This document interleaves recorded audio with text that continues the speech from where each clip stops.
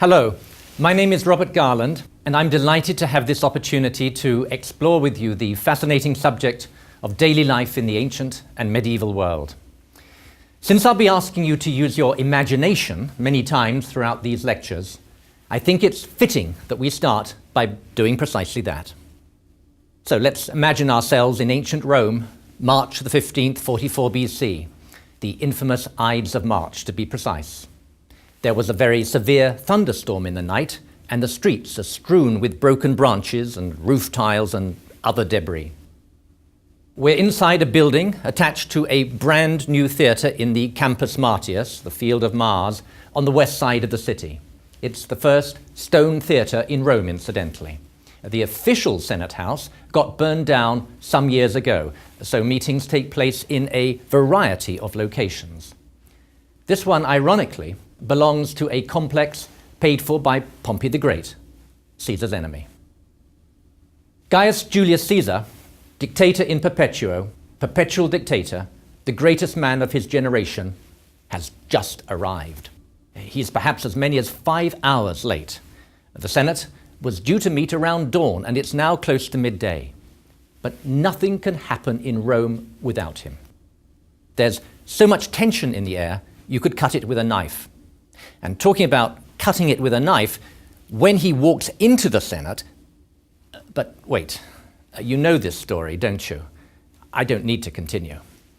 And besides, it's not Caesar and other great men and women who concern us in this course, but ordinary people, such as the ordinary inhabitants of Rome, the thousands, for instance, who rioted at his funeral in the Roman Forum when they heard from Mark Antony that Caesar had bequeathed them his great fortune, which was to be distributed liberally among each of them, each Roman citizen. Caesar had the common touch. He understood the other side of history himself, and I mean by that, he understood ordinary Romans, citizens, and soldiers. Though the people we're going to be meeting in this course are anonymous, they nevertheless had dreams and aspirations, just as we do. They had risen that morning with work to do, just like us. Some of them had a raging toothache. Some of them had a hangover. They loved, they hated, they got by as best they could. And yet, however much they may have been like us, they also lived in a very different world. And they were beset by very different challenges and also thought very differently from us too. All of us know the emotions of joy and anger, the feelings of hunger and anxiety. But which of us knows what it's like to be a slave, or from the perspective of the free population, what it means to believe unhesitatingly that slavery is part of the natural order? In Caesar's house that March morning, in the Roman Forum, the center of the universe as it was then, there were men and women who had no legal or political status. They were property that could be bought or sold. They could be physically or sexually abused. They could be tossed out into the street once they had outlived their usefulness. I've been teaching Greek and Roman history for 30 years or so, and I've written separate biographies of both Julius Caesar and Hannibal.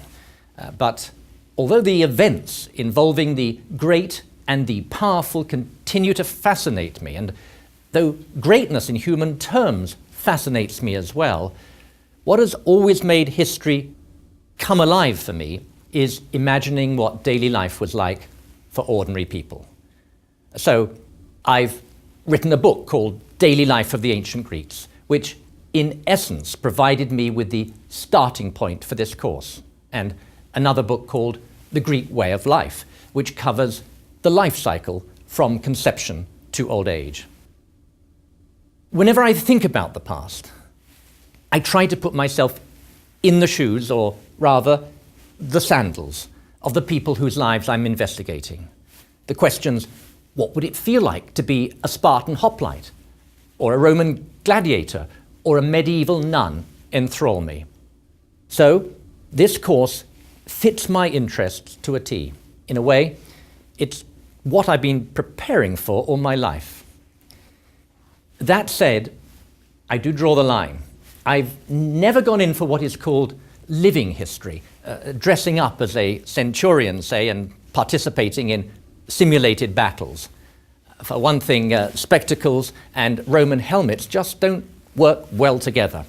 Sadly, I have to say, and I guess that rules me out as a gladiator as well. The aim of this course is to enthrall you the same way. We're going to spend our time exploring the less familiar realms of the ancient and medieval worlds.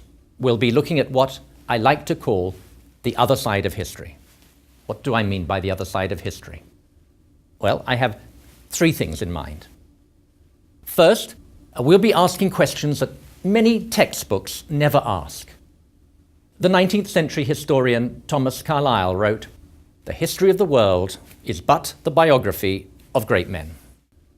Carlyle believed it was great men and great men only who shaped history, and like all historians of his time, he thought that what really mattered about the past was politics and war. And for that reason, he and his contemporaries, and actually many history teachers to this day, were chiefly interested in kings, conquerors, statesmen, and tyrants. But if we concentrate upon those who made the headlines, so to speak, then we're leaving out 99% of the human population who have ever lived, possibly more. And that 99% deserves recognition. In this course, we'll see that it gets it.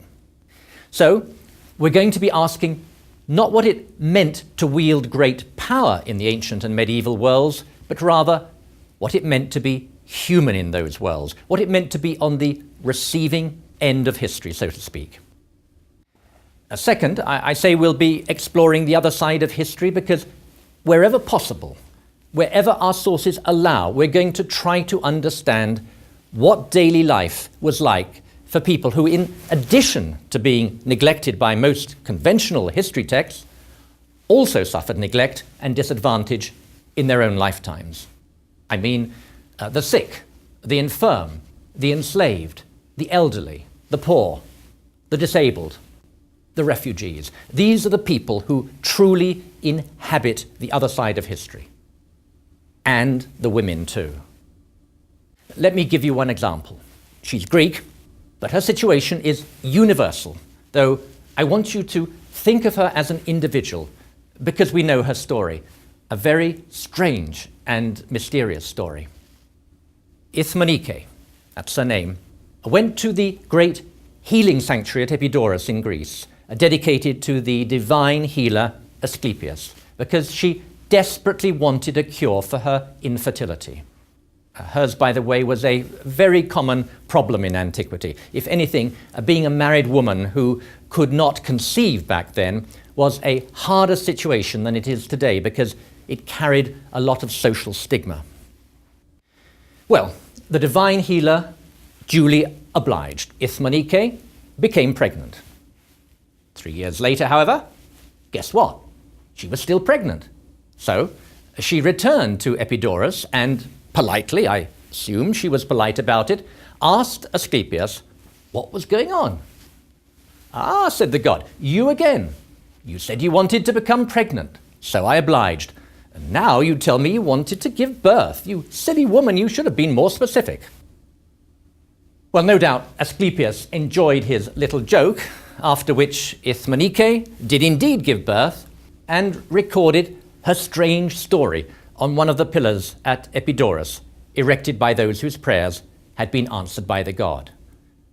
Whether we believe it or not, and whatever we make of it, Ithmonike's story speaks of the fervent hopes of thousands upon thousands of childless women throughout history. Finally, when I think about the other side of history, I like to reflect on a story told by the Greek historian Herodotus. Herodotus has been called both the father of history and the father of lies. I won't go into that debate, but he was also the father of anthropology and ethnography.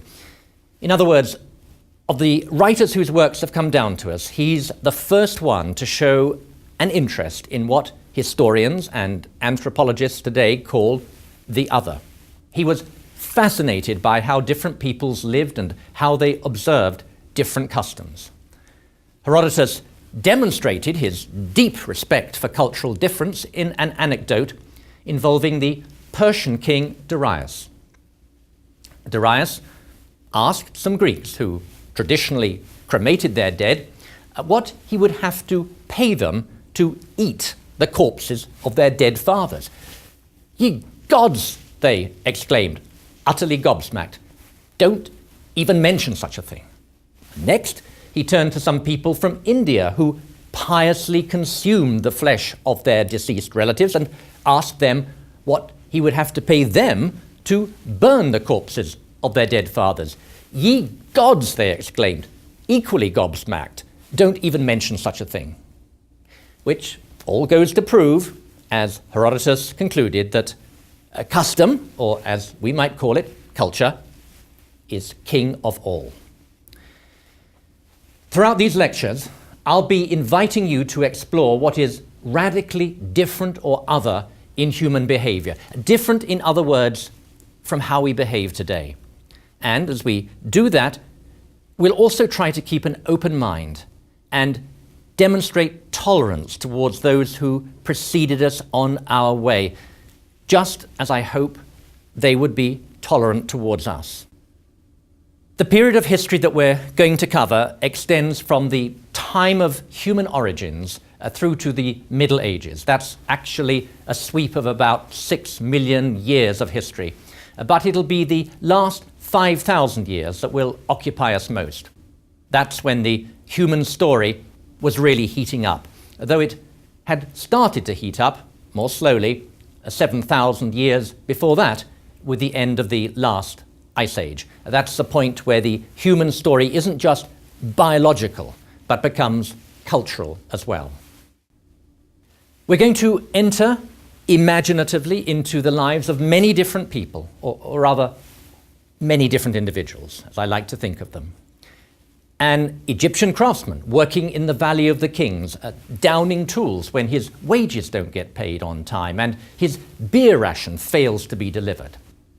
A Minoan housewife fleeing from a deadly volcano on a tiny island in the Aegean as the air thickens with ash and threatens to suffocate her and her child. A Roman soldier stationed at the empire's most northern and least hospitable outpost on Hadrian's Wall in the province of Britannia. An Anglo-Saxon warrior feasting in the hall of his lord with the fire roaring, listening to tales of monster slaying. A medieval nun with no religious vocation who is forced to enter a convent because her family doesn't want to support her. As we look into the lives and the livelihoods of men and women who never made headline news, we'll notice several themes that recur again and again. First, we'll discover that environment heavily influences the quality and potential of human life, and by extension, the quality and potential of human society. We will see how rivers, how a mountainous landscape surrounded by the sea, a peninsula, and finally an island have given shape to the lives of those who lived in such environments. And in some cases, they did more than give shape to life. They enabled humans to prosper and to flourish.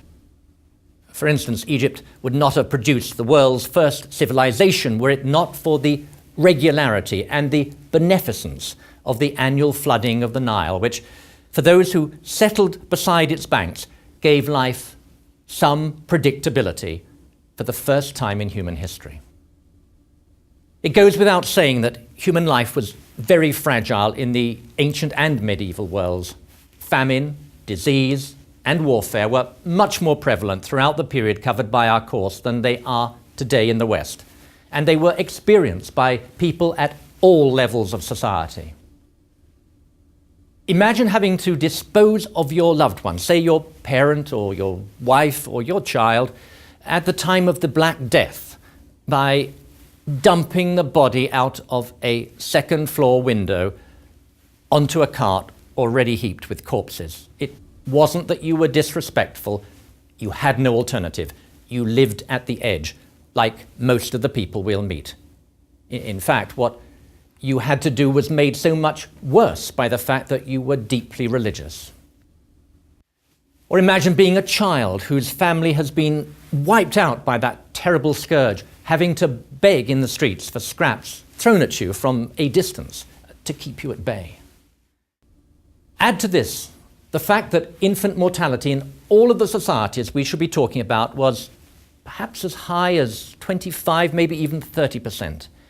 This means that every woman went into labor knowing that the life of the child she carried was at grave risk, and further, that she herself stood a very good chance of dying in childbirth. Correspondingly, life expectancy was much lower for the vast majority of people in every pre-industrial society.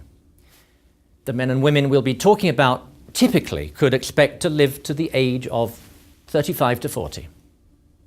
A consequence of this is that people tended to age much more quickly than we do today, and also that they became afflicted by debilitating physiological conditions much earlier in life. Third, again and again, we will discover that the subjugation of one group to another or of one people to another is a constant feature in all periods of human history. Prisoners of war, as well as debtors, were enslaved. People were born into slavery. The disenfranchised, like the medieval peasantry, were forced to serve in the army and pay crippling taxes. Entire peoples, like the Jews, passed from one imperial power to another. The scale of human subjugation and degradation throughout history is barely imaginable, as is the depth of misery that it produced. It's estimated, for instance, that Julius Caesar, in his conquest of Gaul, enslaved nearly 500,000 people, 500,000, and each one of them was an individual.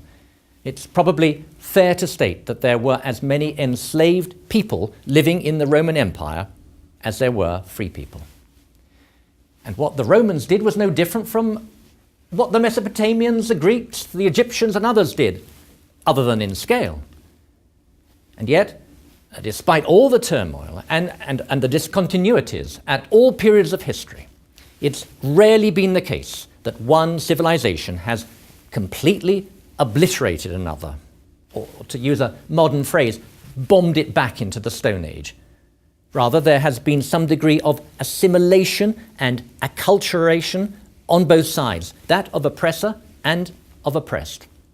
We'll see acculturation and assimilation at work in the lectures I'll be giving about the many invasions that Britain experienced, each one of which did not obliterate, but transformed and even enhanced the one before it. That's an important fact. First, because when we talk about the invasion of one country by a different people, for instance, we should bear in mind that not everyone's life is turned upside down, but also because there is an indomitability to the routines of daily life, to the ways people prepare food or dress, entertain themselves, or think about their gods. So daily life itself tends to become richer as time passes because ordinary people cling to and pass along their preferences and routines, as well as acquiring new ones along the way.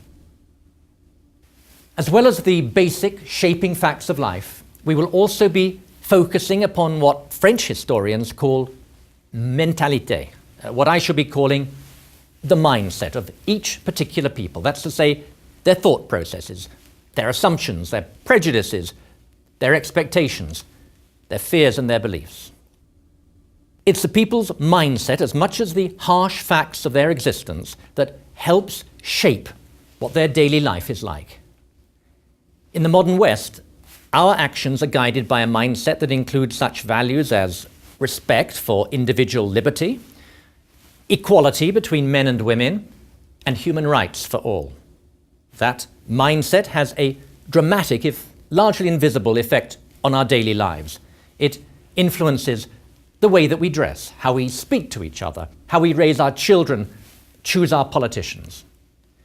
Needless to say, our particular mindset would not have been shared even remotely by the ancient Greeks, whom we often revere as the founders of democracy, since the Greeks judged women to be politically and legally incompetent, quite aside from the fact that their democracy was made possible both by slavery and, in the case of the Athenians, generally the most admired Greeks of all, by the subjugation of other Greeks, whom they forced to pay tribute.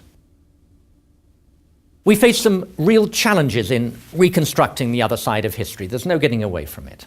First, we need to remember that both in antiquity and in the Middle Ages, history was mainly written by upper-class males. In almost all the narratives that have come down to us, women feature only incidentally, while the slaves and children and many other marginalized groups, such as the poor and the elderly, appear only very rarely. It's also the case that, though Greece, for instance, has left us a wealth of literature, we have no private documents, no letters, no bills, no shopping lists, no accounts, until the Hellenistic period, the period following the conquest of Egypt by Alexander the Great. Until the Middle Ages, we have no autobiographies from anyone who might remotely be described as ordinary. So, to get to the other side of history, we have to turn history upside down. We are not, however, limited to literary evidence in our investigation. We also have archaeology, and we must give the archaeology a particular emphasis. So, it's not the great works of art that will be engaging us, but humble artifacts that speak to us about mundane activities like cooking or features of everyday existence like heating and sanitation.